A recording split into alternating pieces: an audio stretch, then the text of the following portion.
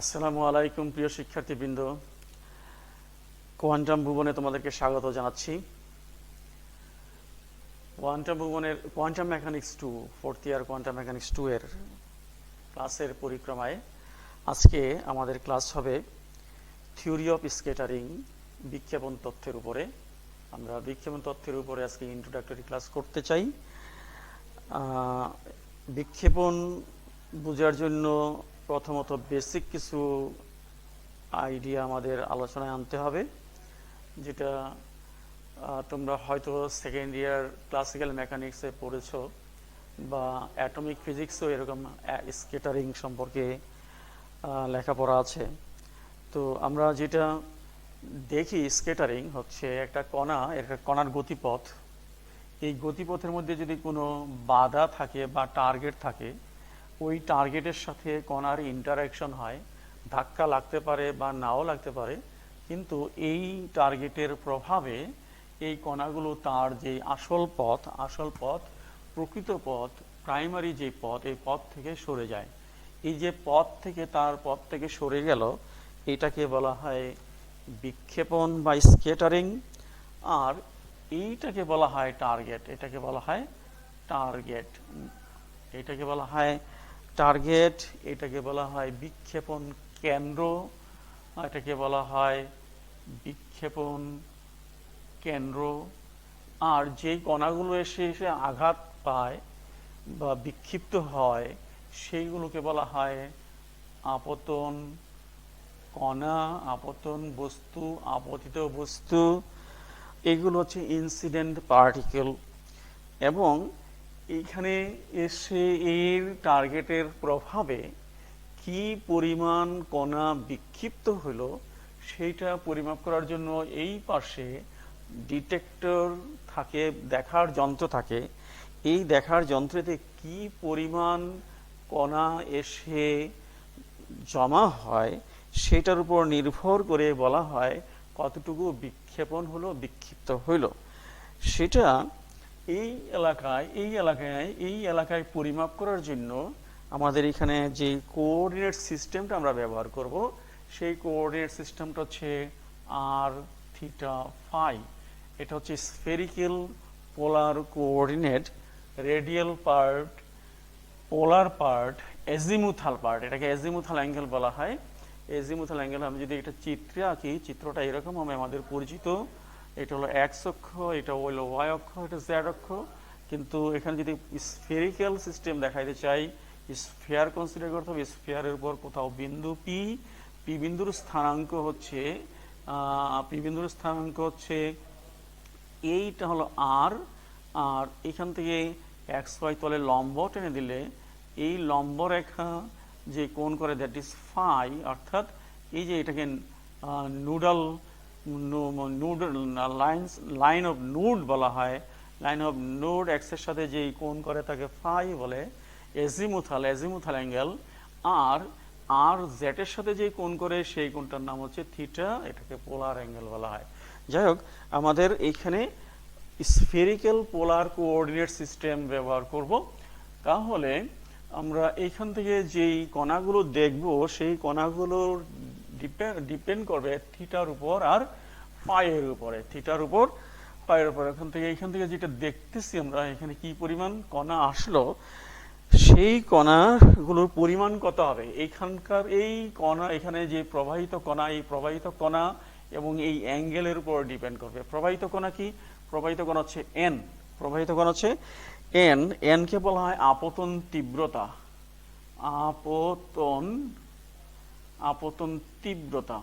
আপতন তীব্রতা মানে হচ্ছে কি, এই এলাকায় একক সময়ে এবং এর সাথে যে লম্ব করে তল কনসিডার করা যায়, সেই তলের একক ক্ষেত্রফলের মধ্য দিয়া যেই পরিমাণ কণা প্রবাহিত হবে, সঞ্চালিত হবে, সেই পরিমাণ কণা হচ্ছে আপতন তীব্রতা।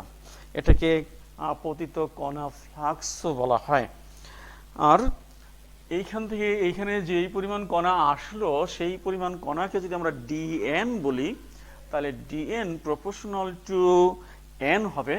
এবং প্রপোর্শনাল টু এখান থেকে একটা এই কেন্দ্রে একটা ঘন কোণ এই ঘনকোণের কথা বলা যেতে পারে। ঘনকোণ আমরা ডি ওমেগা বলি, সুতরাং এই ডি ওমেগার উপরও নির্ভর করে, অর্থাৎ এখানে কি পরিমাণ কণা বিক্ষিপ্ত হলো depends on an and D omega, so that dn numbers of scattered particle is proportional to incident particle flux and solid angle. ওকে, তাহলে এইটাকে যদি আমরা ইকুয়াল সাইন দেই, সমান চিহ্ন দিই, একটা সমানুপাতিক ধ্রুব আসবে। সমানুপাতিক ধ্রুবটা এখানে সিগমা ব্যবহার করা হয়। Sigma is the function of theta and phi n omega. এই সিগমা একটা বিশেষ একটা রাশি, এখানকার অতি ফেমাস, অতি প্রসিদ্ধ রাশি। এই রাশিটার নাম হচ্ছে প্রস্থচ্ছেদ।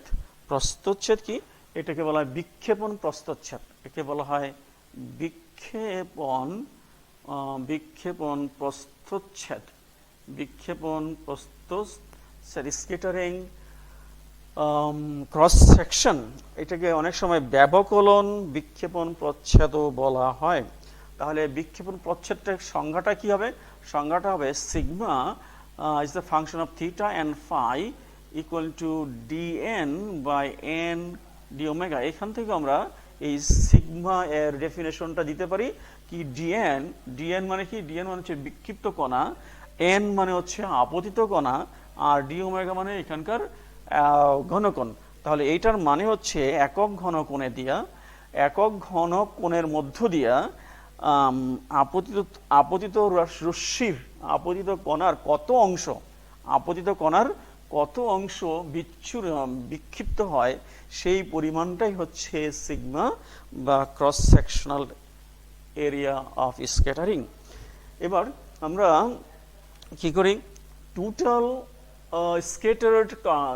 স্ক্যাটার্ড পার্টিকেল, মোট এখানে বিক্ষিপ্ত কণাকে যদি আমাদের পাইতে চাই, তাহলে এনএসসি টোটাল স্ক্যাটার্ড কণা ইকুয়াল টু ইন্টিগ্রেশন ডিএন হবে।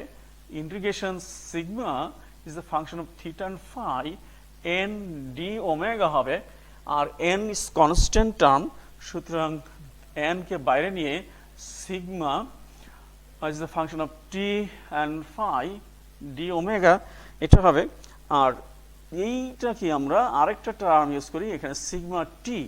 সিগমা টি মানে হচ্ছে টোটাল স্ক্যাটারিং ক্রস সেকশন, মোট বিক্ষেপণ প্রস্থচ্ছেদ। মোট বিক্ষেপণ প্রস্থচ্ছেদ। তাহলে মোট বিক্ষেপণ প্রস্থচ্ছেদ কি দাঁড়াইলো? সিগমা টি ইকুয়াল টু দাঁড়াইলো এনএসসি বাই এন, অর্থাৎ NSC total scattered particle, n incident particle, this is the ratio কি আপতিত কণার কত অংশ বিক্ষিপ্ত হলো, that is total scattered cross section। এটা মোটামুটি আমাদের বেসিক কনসেপ্ট হলো। কিন্তু যখন আমরা কোয়ান্টাম মেকানিক্সে স্ক্যাটারিং পড়তে যাব, সেই ক্ষেত্রে কণার কথা বলবো না, এখানে বলবো কি, এখানে তরঙ্গের কথা বলবো। কণার সাথে অ্যাসোসিয়েটেড তরঙ্গ থাকে, আমরা জানি। সেই তরঙ্গ, এখানে তরঙ্গ থাকবে এবং তরঙ্গগুলো সমতল তরঙ্গ থাকবে। এইটা হবে কি? এইটা হবে centre of scattering. Centre of scattering এর প্রভাবে এখানে যেই তরঙ্গগুলো আছে, তরঙ্গগুলো বিক্ষিপ্ত হবে, that is the scattered wave. তাহলে এই ক্ষেত্রে ইন কোয়ান্টাম মেকানিক্সে আমরা কি করতে পারি? কোয়ান্টাম মেকানিক্সে এই বিক্ষেপণ ক্রিয়াটাকে আমরা এইভাবে ব্যাখ্যা করতে চাই, তরঙ্গ দিয়ে ব্যাখ্যা করতে চাই। তাহলে সেই ক্ষেত্রে টোটাল মোট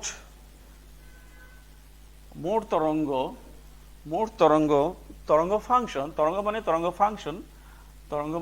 ফাংশন, মোট তরঙ্গ ফাংশন হবে সাই ইকুয়াল টু সাই আইএন মানে ইনসিডেন্ট তরঙ্গ, আপতিত তরঙ্গ, প্লাস সাই এসসি বিক্ষিপ্ত তরঙ্গ। দুইটা পার্ট হবে তরঙ্গের, মোট তরঙ্গের দুইটা পার্ট হবে, একটা আপতিত তরঙ্গ আর একটা হচ্ছে বিক্ষিপ্ত তরঙ্গ। আচ্ছা, তাহলে আপতিত তরঙ্গটা কি হবে? আপতিত তরঙ্গটা প্লেন ওয়েভ হবে। This is equal to i e to the i k z along the z axis, z অ্যাক্সিসের দিকে প্রবাহিত সমতল তরঙ্গের সমীকরণ এটা। আর যে এটা হলো এটা হলো কি সাই আইএন ইনসিডেন্ট তরঙ্গ, পতিত তরঙ্গ। আর হচ্ছে কি, আর এটা হলো সাই আইএন, আর হলো সাই এসসি হচ্ছে কি এই কেন্দ্র থেকে চারিদিকে ছড়িয়ে যেতে পারে যে তরঙ্গগুলো, সেই তরঙ্গগুলো হচ্ছে গোলকীয় গোলীয় তরঙ্গ, সেগুলোকে বলা হয় স্ফেরিক্যাল ওয়েভ। স্ফেরিক্যাল ওয়েভের সাধারণ এক্সপ্রেশন হচ্ছে f is the function of theta and phi e to the power I kr divided by r e to the power ওকে, এটা হলো কি বলা হয়, এটাকে বলা হয় স্ফেরিক্যাল ওয়েভ।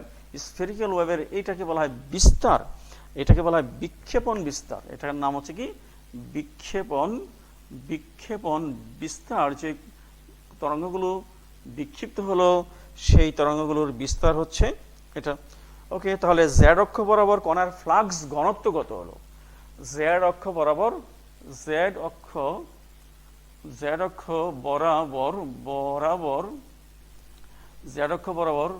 কণার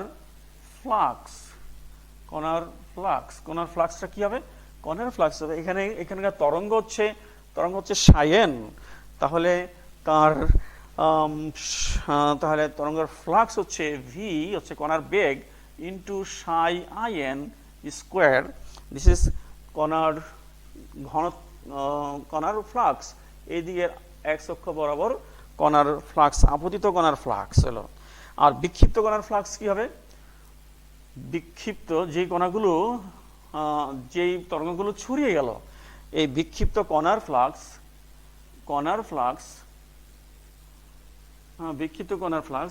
শিক্ষার্থীবৃন্দ, এটা তরঙ্গ সাই আইএন তরঙ্গ, কিন্তু সাই আই ওয়ানের উপর যখন স্কোয়ার দেওয়া হয়, সাই I one into Sai I one মিন করে, এটা দিয়ে মিন করে ওই যেই কণার তরঙ্গ সেই কণার সম্ভাবনা মিন করে, আর ভি দিয়ে গুণ করলে এটা হলো একক সময়ে কণার সম্ভাবনা, দ্যাট ইজ কণার ফ্লাক্স। একইভাবে বিক্ষিপ্ত কণার ফ্লাক্স কি হবে? বিক্ষিপ্ত কণার ফ্লাক্স বেগ একই হবে, এখানে তরঙ্গের বেগ একই। তাহলে বিক্ষিপ্ত কণার ফ্লাক্স হচ্ছে psi s c square, this is equal to v. আমরা যদি এই সমীকরণটা এখানে ব্যবহার করি তাহলে হবে f is the function of theta and phi e to the power I k r by r square. ওকে, আর এইখানে যদি আমরা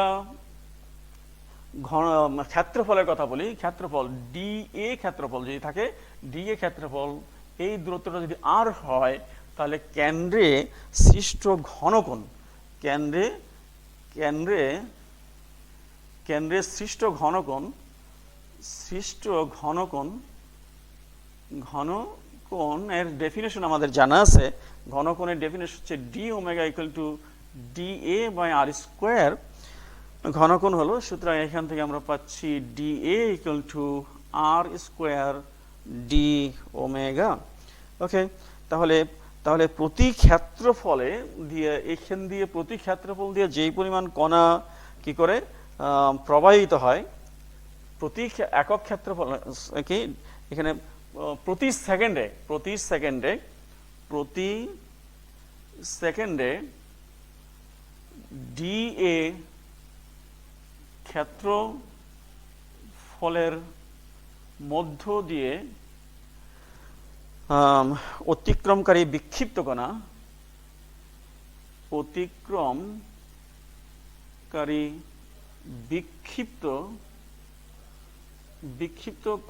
বিক্ষিপ্ত কণা, এটা হলো কি কণার ফ্লাক্স হচ্ছে এটা। কণার ফ্লাক্স মানে হচ্ছে একক ক্ষেত্রফলের মধ্যে দিয়ে কি পরিমাণ কণা প্রবাহিত হয়, আর কি ডিএ ক্ষেত্রফল। সুতরাং ডিএ ক্ষেত্রফল এটা হবে this is equal to V,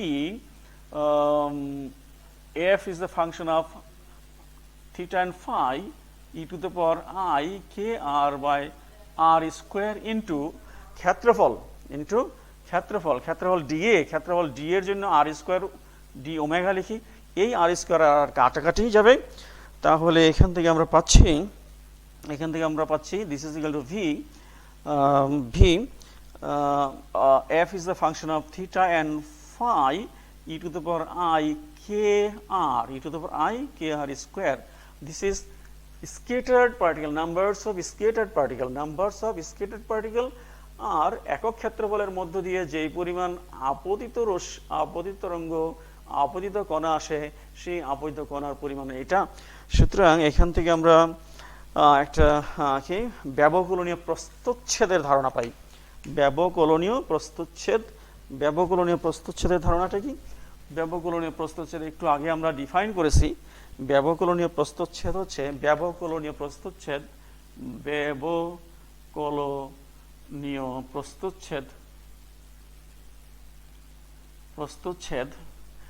sigma is the function of theta d omega। শিক্ষার্থী লক্ষ্য করতে হবে এখানে আমি এখানে sigma is the function of only theta লিখলাম, ফাই লিখলাম না, বিকজ আমরা যেই স্কেটারিং এর কথা বলতেছি, এই যে এই টার্গেট হচ্ছে স্ফেরিক্যাল সিমেট্রি আছে। এই টার্গেটের স্ফেরিক্যাল সিমেট্রি থাকার কারণে এই ফাইয়ের উপর এর কোনো ডিপেন্ডেন্স থাকবে না, ফাই ইন্ডিপেন্ডেন্ট হবে। That is why this is sigma is a function of only theta। Okay, তাহলে this is equal to d omega ঘনকোণে যতগুলো কণা এখান দিয়ে বিক্ষিপ্ত হলো সেই পরিমাণটা আমরা পেয়েছি v। f is the function of theta, phi এর কথা বাদ দিচ্ছি, e to the power I k r d omega. আর নিচে হচ্ছে আপতিত একক ক্ষেত্রফলের মধ্য দিয়ে আপতিত যে কণাগুলো সেই পরিমাণ সেটা আমরা পেয়েছি v e to the power I k z square. Okay, আর এখানে যদি z অক্ষ বরাবরের কথা বলি, সেই ক্ষেত্রে z অক্ষ বরাবর হলে থিটা ইকুয়াল টু 0 ডিগ্রি হবে। থিটা ইকুয়াল টু যদি 0 ডিগ্রি হয়, আমরা জানি স্ফেরিক্যাল কোঅর্ডিনেট সিস্টেম আর কার্টেসিয়ান কোঅর্ডিনেট সিস্টেমের মধ্যে রিলেশন হচ্ছে z equal to r cos theta। তাহলে থিটা ইকুয়াল টু যদি 0 হয়, তাহলে থিটা ইকুয়াল টু 0 হলে z equal to r হয়। অর্থাৎ এই z আর r সমান যদি হয়, তাহলে এই টার্ম এটা স্কয়ার আছে, তাহলে এই টার্মটা তো বাদ যাচ্ছে, সুতরাং আমরা এখান থেকে পাচ্ছি sigma is the function of theta is equal to f is the function of theta তার স্কয়ার। ওকে, তাহলে আমরা এই পর্যন্ত কি করলাম? আমরা ক্রস সেকশনাল এরিয়াকে ডিফাইন করলাম। ক্রস সেকশনাল এরিয়া অনেক সময় ডিফারেনশিয়াল ক্রস সেকশনাল এরিয়া বলা হয়। Differential cross sectional area is equal to square of amplitude of scattering wave। বিক্ষিপ্ত কণার যে বিস্তার, সেই বিস্তারের বর্গই হচ্ছে ডিফারেনশিয়াল ক্রস সেকশনাল এরিয়া। ওকে, আমরা একেবারে ইন্ট্রোডাক্টরি আলোচনাটা করলাম। কি বলে, তরঙ্গ যখন কোনো টার্গেটে আসবে, টার্গেট হইতে পারে কি? টার্গেট হইতে পারে এটা কোনো ভারী নিউক্লিয়াস হইতে পারে। ভারী নিউক্লিয়াসের মধ্যে আলফা পার্টিকেল এসে আঘাত করলো, আলফা পার্টিকেল স্ক্যাটার্ড হয়ে গেল, আলফা পার্টিকেলের এরকম আলফা কণার বিক্ষেপণ ফেমাস একটা এক্সপেরিমেন্ট আছে, আমরা জানি, সেটা হইতে পারে। তাহলে সেই ক্ষেত্রে এটাকে বলবো আমরা টার্গেট, এটাকে বলবো বিক্ষেপণ কেন্দ্র, এবং এটাকে গণিতে বোঝানোর জন্য এর ভি অর্থাৎ এর পটেনশিয়াল এনার্জির কথা বলবো। ওই পটেনশিয়াল এনার্জি মানে হচ্ছে টার্গেট। তাহলে যেখানে আমরা টার্গেটের কথা বলবো সেখানে পটেনশিয়াল এনার্জি আসবে। ওকে, তাহলে আমাদের এই পর্যন্ত। আমরা এবার একটা নতুন টপিকসে যাই। আমাদের কি বলে স্লাইডের মধ্যে আমরা দেখতে পাই আমাদের কি আছে করার কথা। স্লাইডে আমাদের গাইডলাইন দেয়া আছে, কোশ্চেনগুলো দেয়া আছে। তাহলে আমরা পরবর্তীতে আলোচনায় যাব expansion of plane wave in spherical harmonics partial wave মানে আংশিক তরঙ্গ। আমরা স্ফেরিক্যাল প্লেন ওয়েভকে স্কেটারিংকে এক্সপ্লেন করার জন্য কতগুলো মেথড আছে, উপায় আছে। এই উপায়ের মধ্যে একটা কার্যকর উপায় হচ্ছে আংশিক তরঙ্গ পদ্ধতি। এটা কেমন? এটা হচ্ছে একটা প্লেন ওয়েভকে অনেকগুলো স্ফেরিক্যাল ওয়েভে বিভক্ত করা যায়, অর্থাৎ একটা plane is the sum of তার কনস্টিটিউয়েন্ট স্ফেরিক্যাল ওয়েভ। আমাদের প্রবলেম হচ্ছে কি, প্রমাণ করতে হবে সমতল তরঙ্গকে আংশিক গোলীয় তরঙ্গ সমূহের সমষ্টি হিসাবে প্রকাশ করা যায়, এটা আমরা প্রমাণ করব। অর্থাৎ সমতল তরঙ্গকে তার আংশিক গোলীয় তরঙ্গে স্ফেরিক্যাল ওয়েভে ভাগ করব এবং ওই ভাগগুলোর ওই উপাদানগুলোর সমষ্টি হবে সমতল তরঙ্গের সমান। সেই ক্ষেত্রে আমাদের কিছু অ্যাজাম্পশন করে নিতে হবে, আমাদের কিছু জিনিস ধরে নিতে হবে। কি ধরে নিব? যে বিক্ষেপণের কথা বলা হলো, বিক্ষেপণ বিভব, এই বিভবের স্ফেরিক্যাল সিমেট্রি থাকবে, স্ফেরিক্যাল সিমেট্রি থাকবে। এখানে যেই বিক্ষেপণ কেন্দ্রের কথা বললাম, এই বিক্ষেপণ কেন্দ্রের যে বিভব v is the function of r, এই আর এর স্ফেরিক্যাল সিমেট্রিক থাকতে হবে। স্ফেরিক্যাল সিমেট্রিক মানে হচ্ছে চারিদিকে এই এর প্রভাব একই রকমের, সেটা হলো স্ফেরিক্যাল সিমেট্রি। আর এর স্বল্প পাল্লার হতে হবে। স্বল্প পাল্লা মানে হচ্ছে v is the function of r equal to 0 at r greater than some distance a, এই ডিস্টেন্স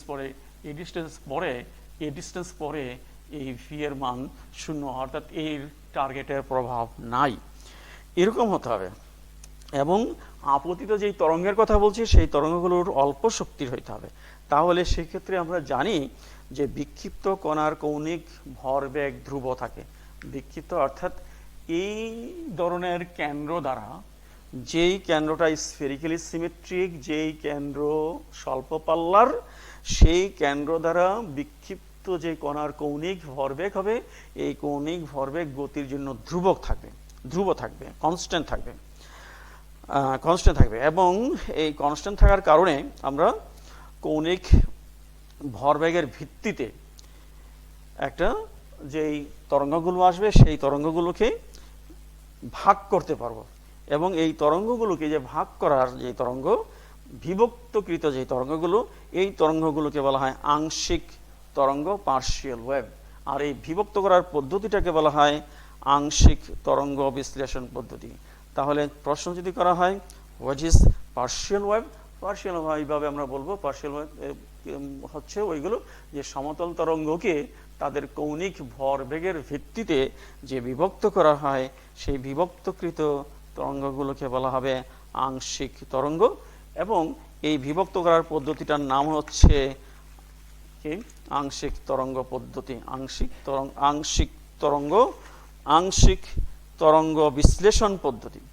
ওকে, তাহলে এবার আমরা গণিতে যাই। আমরা ধরে নিচ্ছি জেড অক্ষ বরাবর তরঙ্গ ফাংশন। আমরা জেড অক্ষ বরাবর কি তরঙ্গ ফাংশন হচ্ছে কি psi equal to e to the power i z, sorry e to the i k z, এটাকে এইভাবে লেখা যায় e to the i k r cos theta, এইভাবে লেখা যায়। অথবা এটাকে e to the power i k vector dot r vector, এইভাবেও লেখা যায়। তাহলে এইখান থেকে দেখতে পাচ্ছি আমরা, দেখতে পাচ্ছি এই যে সাই depends on theta only, this not depends on phi, this is azimuthal angle free, এখানে azimuthal angle নাই। কাজেই এটা যে শ্রোডিঙ্গার ইকুয়েশনের সমাধান হবে, সেই শ্রোডিঙ্গার ইকুয়েশনেরও কি azimuthal angle থাকবে না। অর্থাৎ শ্রোডিঙ্গার ইকুয়েশনে যেই ডেল স্কোয়ার সাই থাকে, এই ডেল স্কোয়ার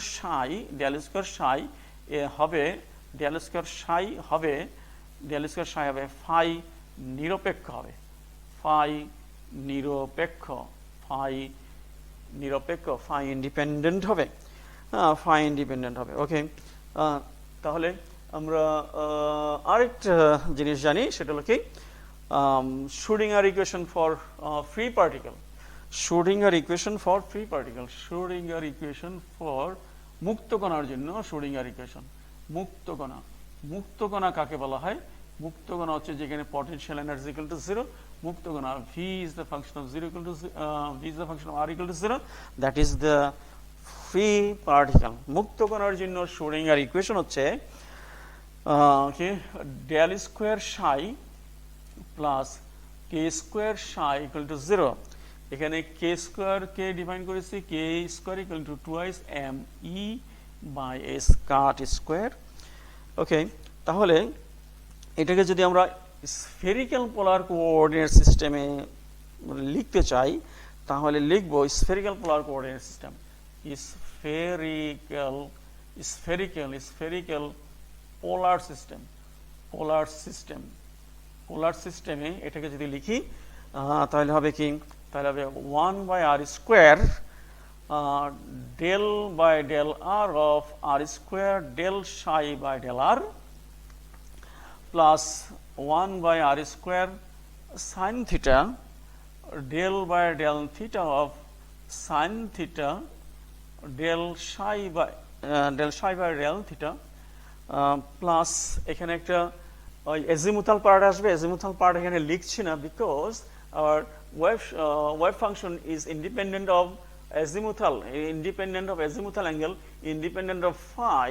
সেই কারণে এখানে দুটো পার্ট, একটা রেডিয়াল পার্ট, একটা পোলার পার্ট, আর এজিমুথাল পার্ট আমরা এখানে লিখব না। এজিমুথাল পার্টটা লিখছি না, সুতরাং k square psi equal to 0। Okay, this is our equation number 2। এটা হলো আমার 1 নম্বর ইকুয়েশন। এবার এর সমাধান আছে সাই এর জন্য দুটো সমাধান হবে, একটা রেডিয়াল সলিউশন আর একটা অ্যাঙ্গুলার সলিউশন। তাহলে এই এর সমাধান হলো কি, এর সমাধান হবে সমাধান হচ্ছে সাই এর দুটো পার্ট থাকবে। একটা হলো radial part, this is r is the function of r, এইভাবে লেখা হয়। আর এটা বড় theta is the function of ছোট থিটা। এটা রেডিয়াল পোর্শন, এটা অ্যাঙ্গুলার পোর্শন, সলিউশনের রেডিয়াল পোর্শন, সলিউশনের angular portion. This is equation number 3। Okay, তাহলে এবার এই ইকুয়েশন নাম্বার 3 এবং 2 এ 3কে যদি 2 এ বসাই, যদি ভেরিয়েবলকে সেপারেট করি, এখানে সেপারেট করা হয়েছে, this is the function of r, this is the function of theta. সুতরাং এটা ইন্ডিপেন্ডেন্টলি আর এর ফাংশন, ইন্ডিপেন্ডেন্টলি থিটার ফাংশন। এবার এটাকে পুট করে আমরা ভেরিয়েবলগুলোকে যদি সেপারেট করে ফেলি তাহলে দুটো অংশ পাবো, একটা হলো রেডিয়াল পোর্শন পাবো আর একটা অ্যাঙ্গুলার পোর্শন পাবো। রেডিয়াল পোর্শনটা আমি পাশে লিখে রাখি।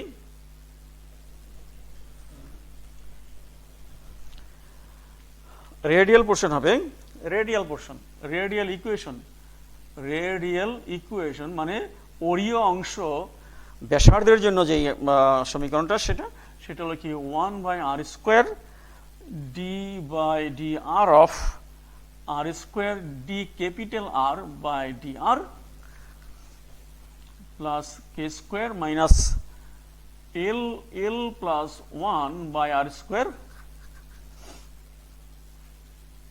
capital R equal to 0. This is equation 4.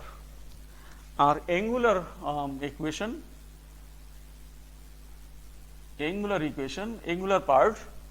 part হবে কি 1 by sin theta d by d theta of sin theta d বড় theta by d theta plus L into L plus 1 বড় theta equal to 0. Equation number 5. ওকে, শিক্ষার্থীবৃন্দ, এখানে দুটো equation পেয়েছি। এই দুটো ইকুয়েশন ফেমাস ইকুয়েশন, তোমরা ম্যাথমেটিক্যাল ফিজিক্সে এরকম পড়ে থাকবে সেকেন্ড ইয়ারে অবশ্যই, যে আমরা এখানে লেজেন্ডার ডিফারেনশিয়াল ইকুয়েশন পড়েছি, বেসেল ইকুয়েশন পড়েছি। এইটা যেই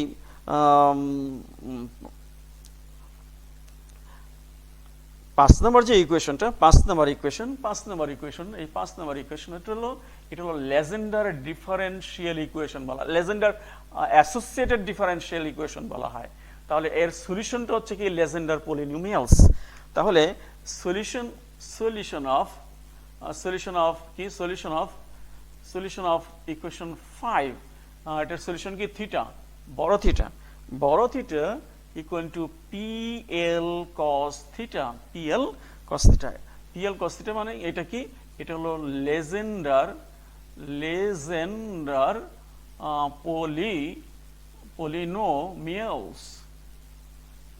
polynomials okay, this is equation 6, this is equation 6। আর ইকুয়েশন যেটা 4 দেখছি সেটা হলো কি equation 4, that is the spherical Bessel equation. Spherical Bessel equation যার সমাধান হচ্ছে সলিউশন অফ 4, এর সমাধান হচ্ছে r is the function of r, this is equal to j, l is the function of kr, this is equal to root of pi by twice kr, বড় j is the function of অবশ্যই kr, এখানে নিচে subscript আছে l plus half, this is Bessel function of order l plus 1 by 2, this is Bessel function, Bessel function, this is Bessel function। Okay, this is equation 7, this is equation, এটা হলো equation 7।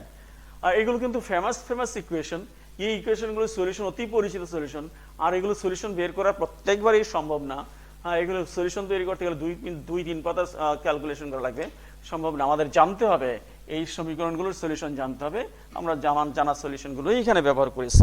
তাহলে এইবার এই 6 এবং 7 যদি আমরা 3 নম্বর সমীকরণে বসাই, তাহলে আমাদের সাই হলো কি 7 এবং 6 3 নম্বর সমীকরণে বসাইলে আমাদের সমাধান হলো কি, সমাধান হলো r এর জন্য j l is the function of r, এবং থিটার জন্য p l is the function of cos theta. আর অবশ্যই এটা আমাদের জানা আছে যে শ্রোডিঙ্গার ইকুয়েশনের সলিউশন একটা হয় না, একাধিক হয়, এই জন্য এখানে আমরা একটা সাম দিব, সাম ওভার এল, আর একটা কনস্ট্যান্ট দিব এল, এ এল হচ্ছে কি, এ এল হচ্ছে এখানে ধ্রুবক, ইচ্ছা এটাকে বলা হয় আরবিটারি একটা কনস্ট্যান্ট, আরবিটারি কনস্ট্যান্টের মান বের করব আমরা। তাহলে কি পাইলাম আমরা পাইলাম এখান থেকে যে e to the power i psi equal to কি, e to the power i k r cos theta equal to sum of a l j l is the function of k r, p l is the function of cos theta. Equation number 8, equation number 8। শিক্ষার্থী, what is এল? এল এখানে constant, এই কনস্ট্যান্টের মান আমরা বের করতে চাই। এবার আমাদের কাজ হচ্ছে এল এর মান বের করা, এল এর মান বের করলেই আমরা গন্তব্যে পৌঁছতে পারবো।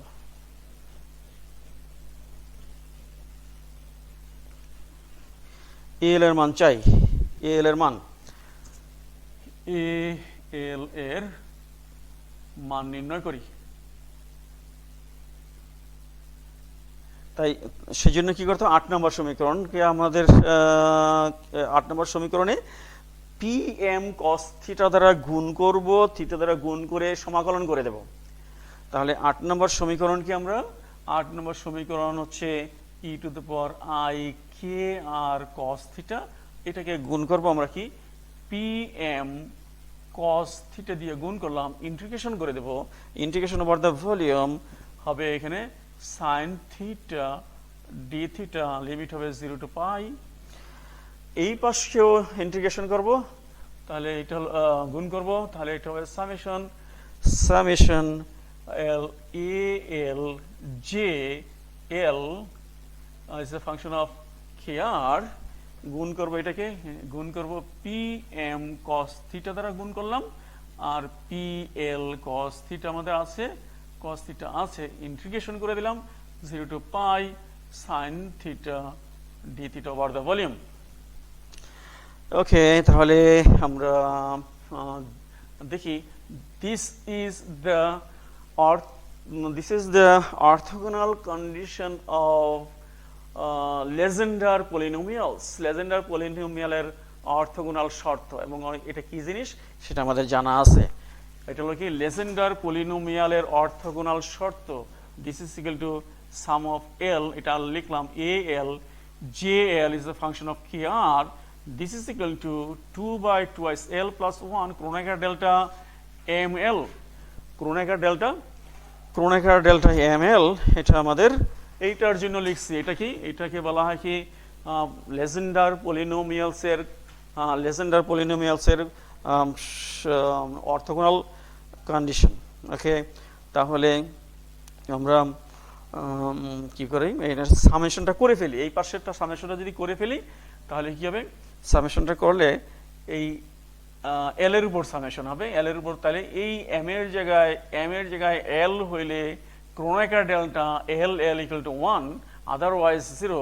সুতরাং সামেশন করলাম আমরা a l j l is the function of r 2 divided by 2l plus 1, 2l plus 1, আর এই পাশটা আগের মতোই থাকলো e to the power i k r cos theta pm is a function of cos theta sin theta d theta. This is equation number 9. Equation number 9. আমার মনে হয় এই পক্ষ ডান পক্ষ কমপ্লিট হয়ে গেল। এবার বাম পক্ষটা আমাদের ইন্টিগ্রেশন করে নিয়ে আসতে হবে। বাম পক্ষের ইন্টিগ্রেশনটা একটু কঠিন না, জটিল না, কিন্তু ক্ল্যামজি আছে। হ্যাঁ, একটু ধৈর্যের সাথেই করতে হবে। ধৈর্যের সাথে আমরা এই ইন্টিগ্রেশনটা করি। আমরা এইগুলো মুছে ফেলি।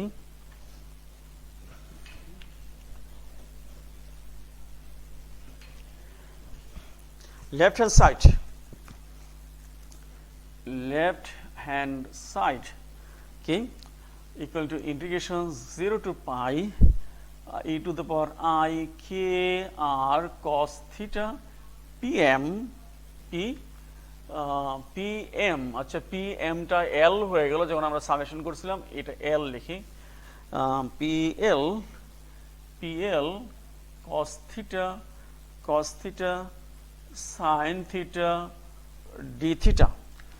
এই ক্ষেত্রে এটাকে আমরা ইন্টিগ্রেশন করার জন্য এখানে ভেরিয়েবলের চেঞ্জ করতে চাই। চেঞ্জটা এরকম, cos theta equal to omega ধরি, তাই যদি হয় তাহলে minus sin theta d theta equal to d omega হবে, আর theta equal to 0 হলে omega equal to theta equal to 0 omega equal to 1 হবে, আর theta equal to পাই হলে ওমেগা equal to -1 হবে।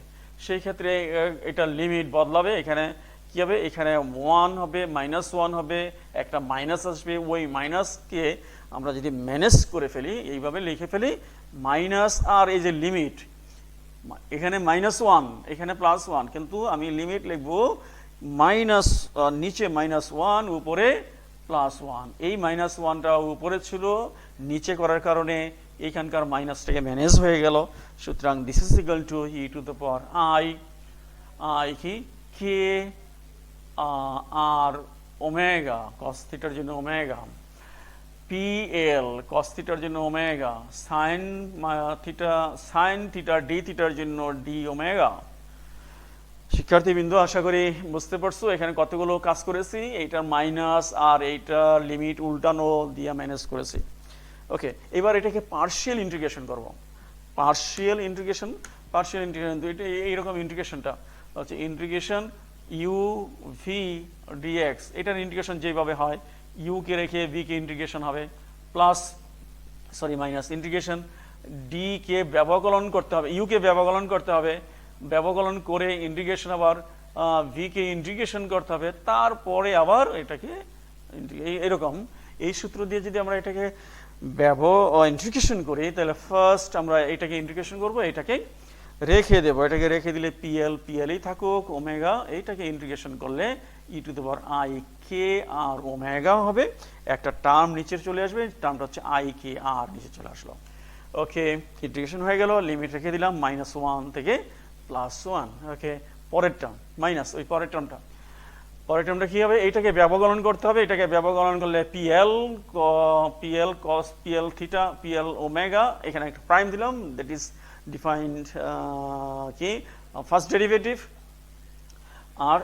আর কি হলো, এইটাকে আমরা কি করব, এটাকে ইন্টিগ্রেশন করব, এটাকে ইন্টিগ্রেশন করলে এরকমই হবে e to the power i k r omega i k r. Okay, এবং আরেকটা ইন্টিগ্রেশন এখানে আছে। ওকে, এইবার আমরা দেখি আবার এটাকে ইন্টিগ্রেশন করতে গেলে এখান থেকে কি আসবে, এখান থেকে আরো একটা টার্ম নেমে আসবে, অর্থাৎ আই কে আর, হ্যাঁ, অর্থাৎ আর স্কোয়ার হবে। ওকে, এবার দেখি আমরা for large for large r, for large r, অর্থাৎ আর এর দীর্ঘমানের জন্য, আর এর দীর্ঘমানের জন্য আর যদি কি হয়, আর যদি ইনফিনিটি হয়, আর যদি ইনফিনিটি হয় তাহলে তাহলে এই টার্মটা শূন্য হয়ে যাবে। কেন শূন্য হয়ে যাবে? এই টার্মটা এই টার্মের তুলনায় নেগলিজিবল হবে, বিকজ এখানে আছে 1/r আর এখানে 1/r²। তাহলে 1/r এর সাথে 1/r² কম্পারেবল হবে না। 1/r² is much much less than 1/r as r is infinity। সুতরাং this goes to 0 for large r, large r. আর এখানে লার্জ আর মানে কি, আমরা ধরে নিয়েছি যে যে স্ক্যাটারিং এর যে সেন্টার আছে, এই সেন্টারের প্রভাব দূরে, বেশি দূরে নাই, এই সেন্টারের প্রভাব স্বল্প মাত্রার। অর্থাৎ আমরা ধরে নিয়েছিলাম v is the function of r equal to 0 at কি r greater than a, that is the স্বল্প পাল্লার, স্বল্প পাল্লার হইলে এই টার্মটা comparative to this term is 0। সুতরাং আমরা পাইলাম কি, আমরা এইটুকুই পেলাম, আমরা এইটুকু পেলাম। এবার এর মধ্যে লিমিট বসাই দিই। লিমিট বসাইলে হলো কি, লিমিট বসাইলে হলো 1/ikr, লিমিট বসবে, লিমিট বসলে হলো কি PL1 ওমেগার জায়গায় e⁻⁴ আপার লিমিট, লোয়ার লিমিট PL-1 আর হলো কি e⁻⁻ikr, লিমিট বসাইলাম। আমরা এই লেজেন্ডার পলিনোমিয়ালসের ভ্যালু জানি, PL1 = 1, PL-1 = -1 to the power l, PL1 that is -1 to the power l।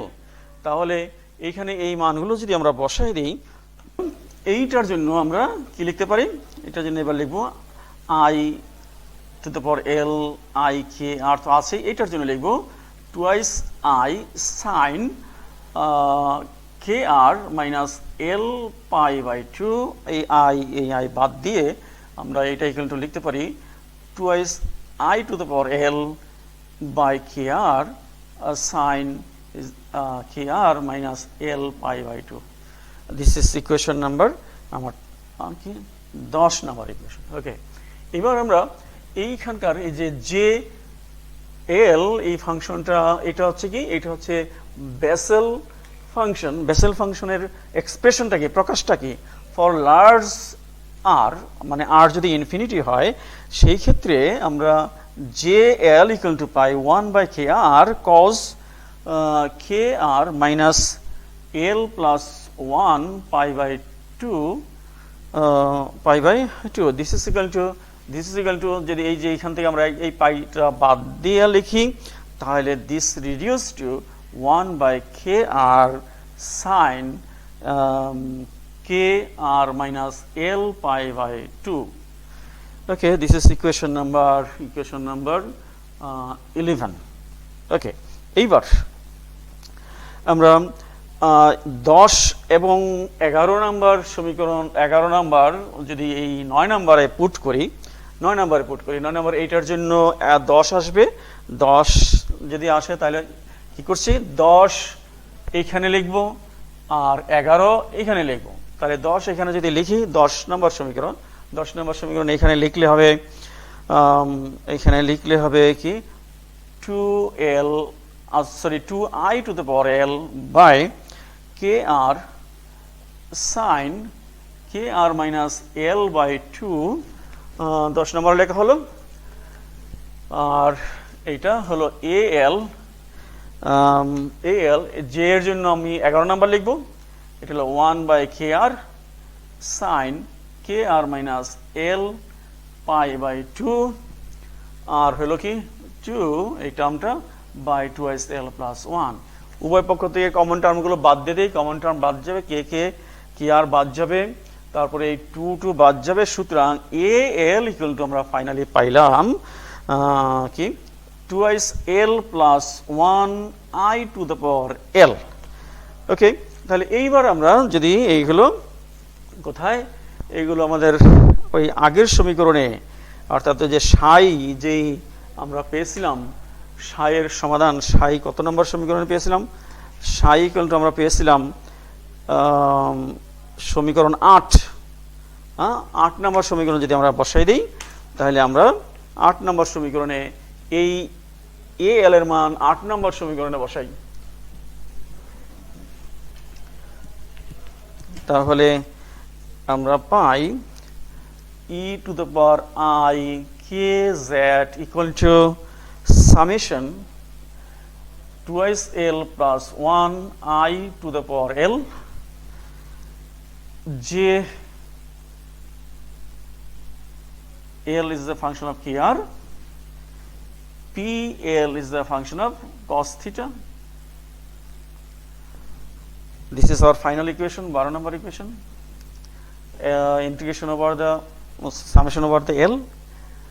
এই ইকুয়েশনটাই কি মিন করে? এই ইকুয়েশনটাই মিন করে sum of these equal to e to the power I k z. What is e to the power I k z? This is plane wave, equation of plane wave. আর এগুলো কি?